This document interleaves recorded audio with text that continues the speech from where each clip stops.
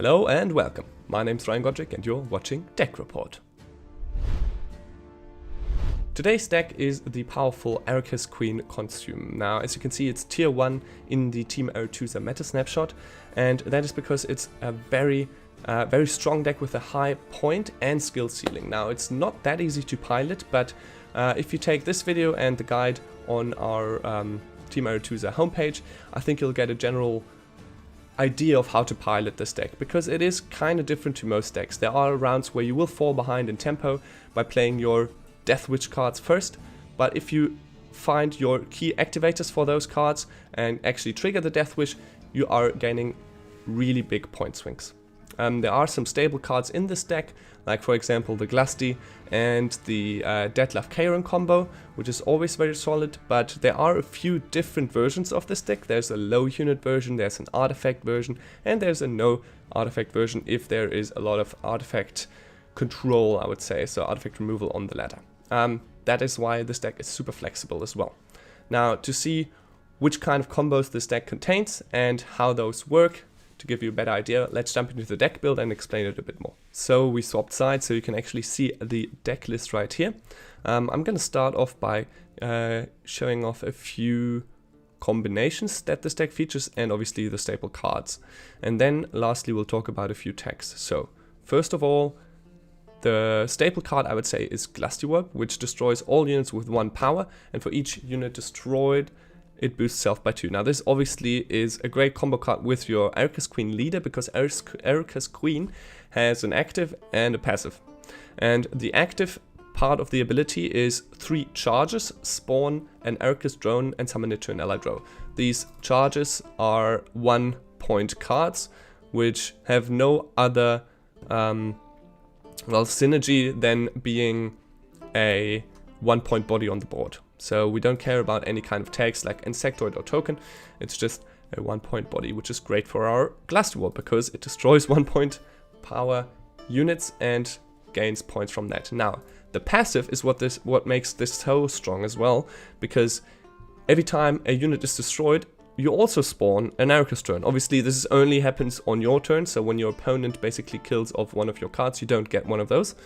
But that means if you play Glusty, all of these Arachas drones that get eaten will instantly respawn. So you basically gain 2 points for free for every one, or for every drone you've got on your side or 1-point unit.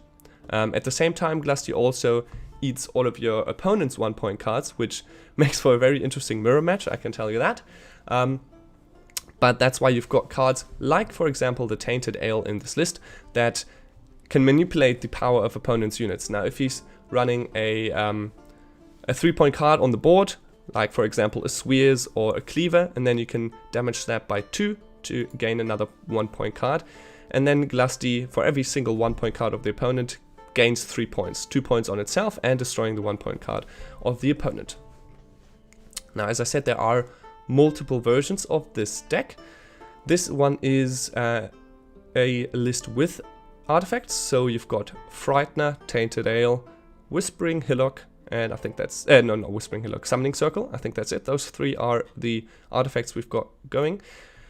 Frightener is very strong because it's 12 points for 9 provision, so that's just incredible value if you can get it turn, basically. So after 3 allies are destroyed, awaken Frightener. That gives the opponent time to use artifact removal to kill it, and it a benefit for yourself is though that it is immune to any kind of targeting from the opponent if it's not artifact removal earlier, because the Frightener that gets the Frightener awakened in its awakened status, it is actually immune. So a 12-point body immune to any kind of damage except for Scorch, obviously. The second artifact we talked about, Tainted Ale, great for manipulation. I mean, in total it's just 6 damage, but having the ability to spread it out on multiple 2s is really, really strong. The third one being Summoning Circle, just a very solid card. If you can get a long round, which you like with this deck, then it can pull out your other cards, maybe even find you your Glusty if you don't find it through your draws and mulligans. In addition to the Summoning Circle, one has to keep in mind is the Rare Warrior. You only run one Brand Warrior because it's very easy to kill and it is a setup card. So normally when you play this card on its own, the opponent will immediately kill it or lock it or eat it because it's got a very high point ceiling. Because whenever a unit is destroyed during a turn, damage a random enemy unit by 1. So for example, if you Glusty 4 once, that's another 4 damage that the opponent takes, and then if Brand Warrior kills an opponent, it will do even more damage. So that is why you try to pull that with your Summoning Circle. So if you've got Summoning Circle on the board in round 3, for example, then you create all of the ones on your board and by manipulating the opponent. And then on the turn you are planning to play Glusty. You pull Brand Warrior from the deck, play Brand Warrior, and then play Glusty, which creates a huge point swing. So, okay, that's artifacts and our Glusty combo. This deck is obviously called Consume, so we've got a lot of Consume cards in this deck, not just Glusty and our Arachas Queen. A really strong combo in a short round is our Detlef, Karen, and Karanthe combo. So, Detlef, first of all, High Vampire, is basically a 15-point card if his ability is activated for 10 provision, so very, very efficient as well, because if it dies, it will get summoned to the board again, and that happens twice. So first 5-point body, you eat it up, another 5-point body, you eat it up, and then it's still a 5-point body on the board, so 15 points. And a card that eats is Karen, so it can consume 3 units, or basically consume an allied unit 3 times. So you can eat the Karen once, then it respawns, then you eat it again, and then it respawns, and then you can eat a 3rd card. Because you've got so many consume options, you're also running Karanthe, which is a very flexible card. Now, the most obvious combo is playing a 1-point Detlef High Vampire, because you can still consume it twice, so that's a 14-point combo on its own, because of the 1, the 10, and the 3. But what you can also do is, for example, play a 1-point Glusty, or summon a 1-point Glusty. That's the thing, you don't play a card, you summon a card. So you can't play the card that you create. That's why it's so good on passive or Deathwish cards like Detlef, or your other Deathwish cards at the bottom. But if you really want, for example, a Glusty on the board as a 1-point card, and then eat it with, for example, a Karen, then you've got that in the graveyard, and then you can renew it, or, you know, there are multiple options. We don't run renew in this list, but that's things you can think about. That's why this deck is so flexible. There are so many possible paths to victory. Another one of those flexible cards is the Whispering Hillock. You destroy an allied unit and spawn a base copy of it. Really, really strong with, for example, Detlef as well, because you use one of the Detlef procs on that one and spawn another Detlef with 2 procs. You can use it on any kind of Deathwish cards to trigger the Deathwish ability and create another one of those. Going from top to bottom, we are going to talk about Geralt later. We've got the Crones, very staple cards in Monster, because they are super flexible, right? You can use the boost as 2, 4, or 6, you can use the damage as 2, 4, or 6, and you have Brewers as an instant consume, which is great if the opponent, for example, kills your Barbagazis or Slizzards or locks them, and blocking your consume cards that way. So you've got one option at least to eat stuff next to your Karen. Then Nithral is also a tech card we'll talk about after the consume cards. As I said already, Barbagazi and Slizzard, your staple consume engines in this list. You try to play them early in a round to enable them, or at least the Slizzards, get them on the board. If they stick, you've got a 1-point generator every single turn, plus the ability to trigger your Deathwish cards, right? Because every time you consume a card, you spawn a Arachas drone through Arachas Queen. Now, the cards you want to consume, Harpiag obviously, because Harpiag is one of those Deathwish cards. Another one would be the Foglet to thin out your deck. You want to do this in round 1 or 2. Then you've got the Ancient Foglet, and you can also just type in Deathwish in your deck builder, and just see which cards you find, because other additions that are really cool are the Arc Spore, and I really like the Rot Fiend if you want to put that in, because not a lot of opponents actually expect the 4 damage coming out from monsters so early. You can deny an engine on your opponent's board, for example, if you're playing against Hansel, which obviously is a tough matchup because it is very control heavy. We talked about the Ram Warrior already, and the Arachas Nest is just 4 1-point cards on the board, which with Glusty is a lot of points. It's 8 points on your Glusty especially, right? I think that's the bronze cards. Now for attacks, tech cards, obviously Nithral, good if you need artifact removal, if you're for example playing against another artifact queen. Speaking of playing the mirror, Geralt is really important in the mirror. You can obviously tech him out and go for something like a Nithral. Let's just quickly check other 10 cards, 10 provision cards. Also flexible card is the Manticore Venom or the Nithral, as I talked about, but the Geralt is just finds a lot of value in most matchups. If you feel like opponents are playing around Geralt a lot, you can tech him out and take someone. So take for example the Nithral in there, but yeah, that's tech cards you can choose. I would say we jump into 1 or 2 games now, and I'll see you show you the deck in action. And yeah, if you've got any questions, leave them in the comments, and I'll try to answer them. Now, one thing I can say before we go into this game, the matchups for Arachas Queen are don't forget the audio of the game. There we are quite swingy at the moment. So there's decks like, for example, Ardal, which have a lot of locks for your cards, which makes it kind of hard. But the worst matchups, I would say, is, or not just I, but in general, is for example Henselt, and Crack sometimes is also really hard because they just have so much control options, and especially the Arbalists, which just kill every single 1-point drone you play or you create. So in the mulligan phase, you are obviously looking for gold cards. Now, I don't expect him to play an artifact, so I'm gonna kick the Nithral here. I feel like you don't want 2 Foglets, and you're especially looking for your consume engines.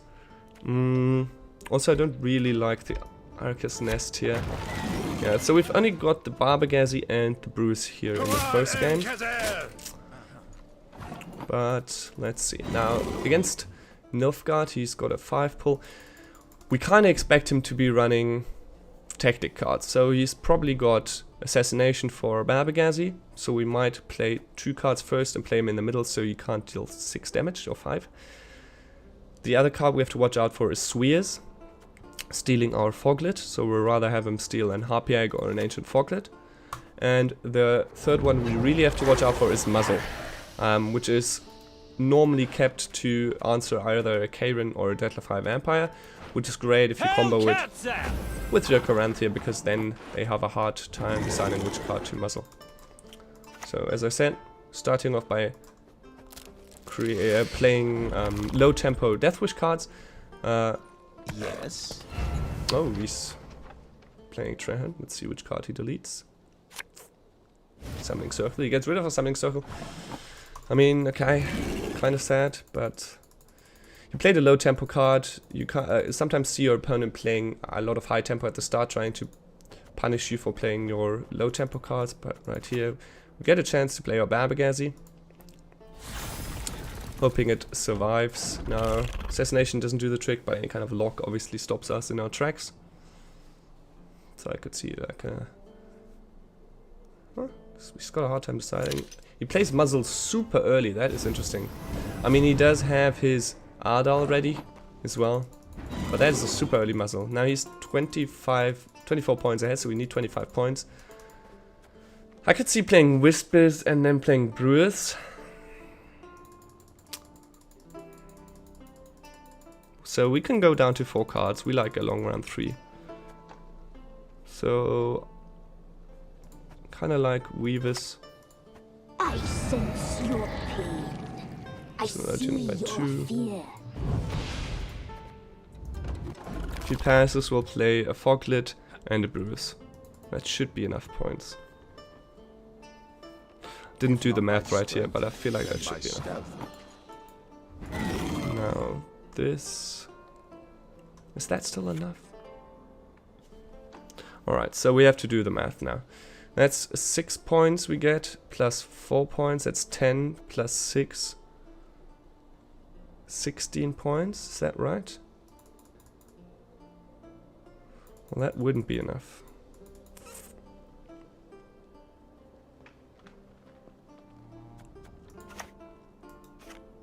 Pretty sure he's gonna pass soon. Alright, I'm just gonna try it out. I'm just gonna risk it. He might pass. He might swears. I'm feeling like he's gonna pass now. If he plays another low tempo play, oh, that's fantastic. That's really good for us. Playing on and playing low tempo plays, so we can actually play our brews here. Thin out our foglets. Playing a Slizzard. Right, we don't really care about that. That's just a 4-point card from him now. Against Nilfgaard you don't really want to play in the front, right?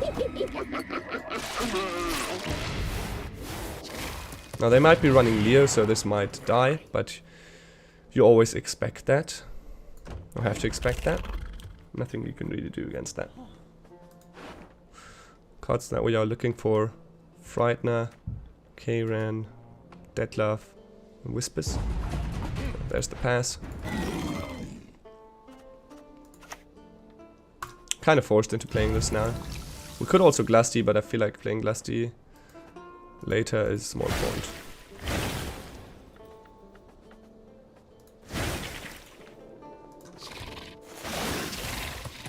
Because we do have last say now for round 3, which is great. As I said, he still has his leader, and we still, like, we really want to draw our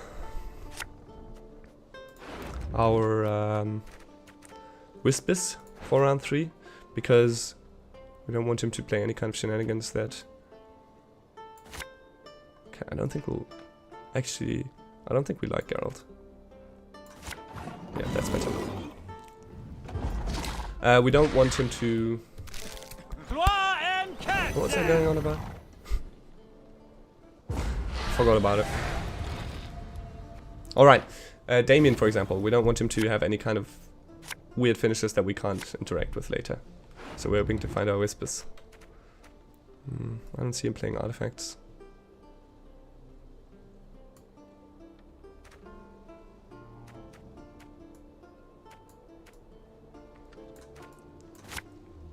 Frighten is better. Do we mulligan further?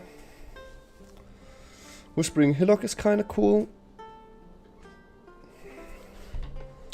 Or I said Whispers would be nice. Then again, our hand seems kind of strong.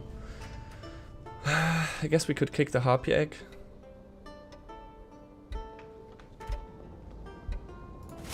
Oh, beautiful. That was not the best mulligan idea there, but it worked.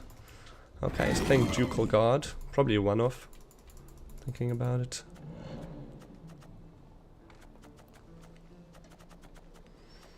Okay. So what you have to do with this deck is always count your consumes and how many cards you want to consume. At the moment we've only got a Detlef and a Harpy that we want to consume. That takes 2, that takes 1, that's 3 consumes. And we've got 3, 4, 5 if this isn't locked. That means we have to decide which card we want to use the Caranthi on. Probably the Detlef. To be honest, probably the Detlef. I'm gonna start with Frightener to not give him any kind of units he can interact with. Hoping he doesn't have Siri, False Empress, as artifact removal. Mr. Fisher.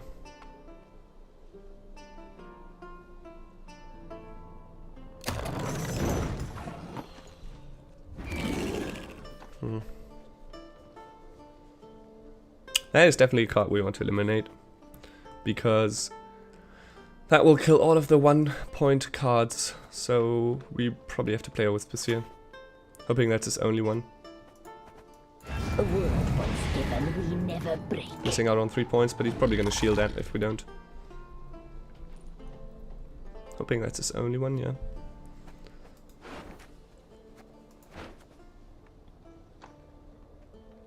Give no quarter!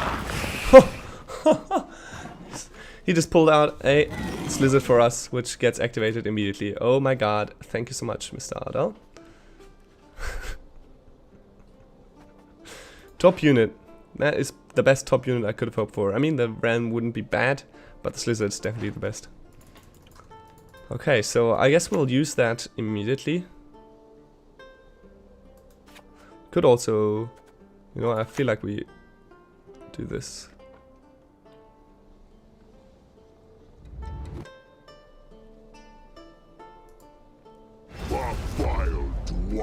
Because we've got enough consume options now. So let's go ahead. He's got 2 cards he needs to lock now. And 2 more coming on the board. Or actually 3 more. So I don't see him stealing one of those. I mean, he still has the Ardal. Probably has a lock in hand as well.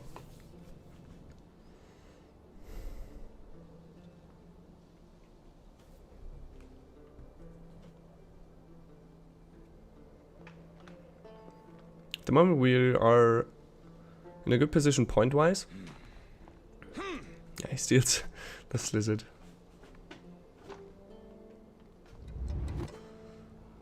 Okay, so we don't have an option for his Damien. If he Ardals again, that would be kind of bad for us, but there's not much we can do about it. Revolution is inevitable, merely a matter of Wow.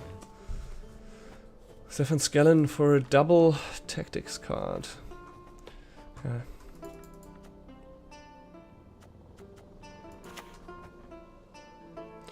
Okay, so do we Babagazi now?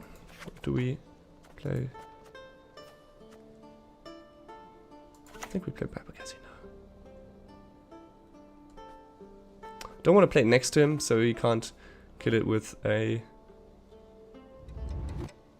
Yeah, I don't want him to be able to kill this with a treason.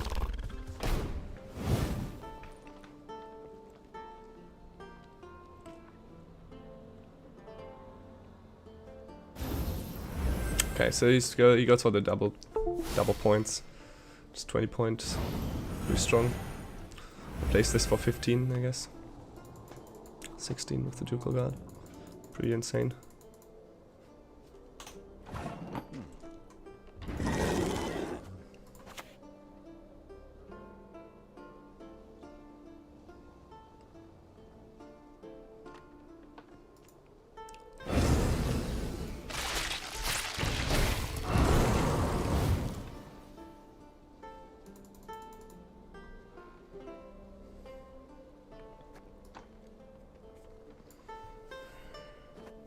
I like leaving this on the board so it's possible for him to lock it. At the same time, we don't really need to take that risk here.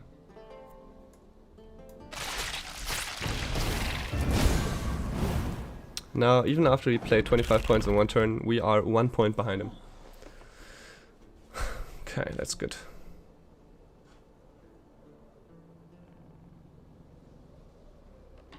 Oh, the treason here is kind of insane, so I think I should have probably played Babagazi in the front because, yeah, that's a 12-point treason. I played into that, that's pretty bad for my side. 12-point treason, you hate to see it.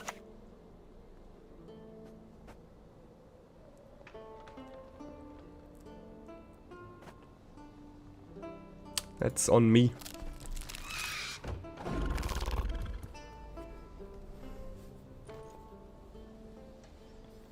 So yeah.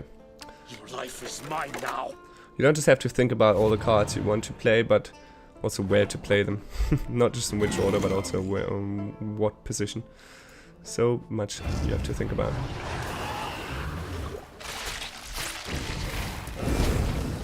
Probably still has a Peter as well. Peter and Leo. Could be. Now we want to eat another 3 to create another 1-point card. We're filling our board up a lot. See if he kills a 1 or something, because we can't actually spawn 4. Oh wait, we can, right? 1, 2, 3, 4, 5, 6. Okay, not quite 4. I hope he kills a 1-point card. We all have secrets. He does not. So we waste Crone space. I'm gonna play it in the back because that's where most of them less artifact drones are. So if he has a less rate or something, that's the better placement.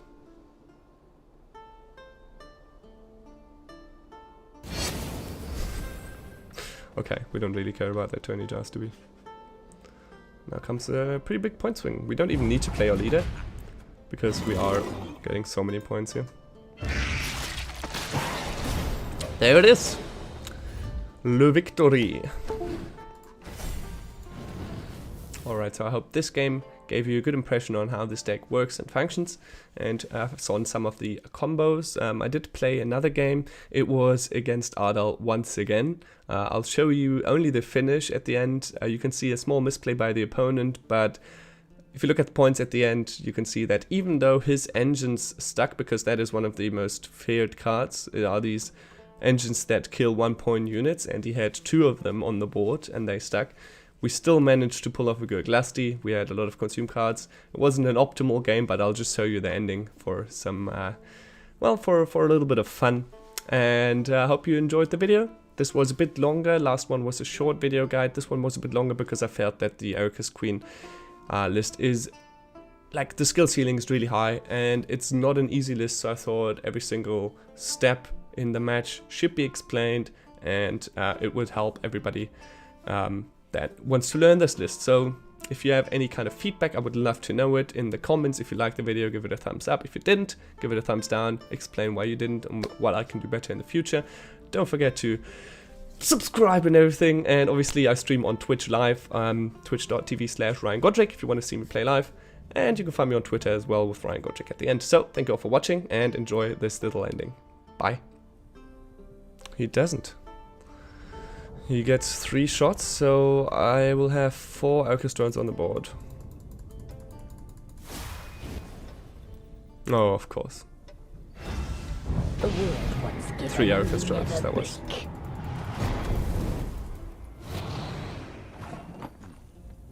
Lol, he roped too hard.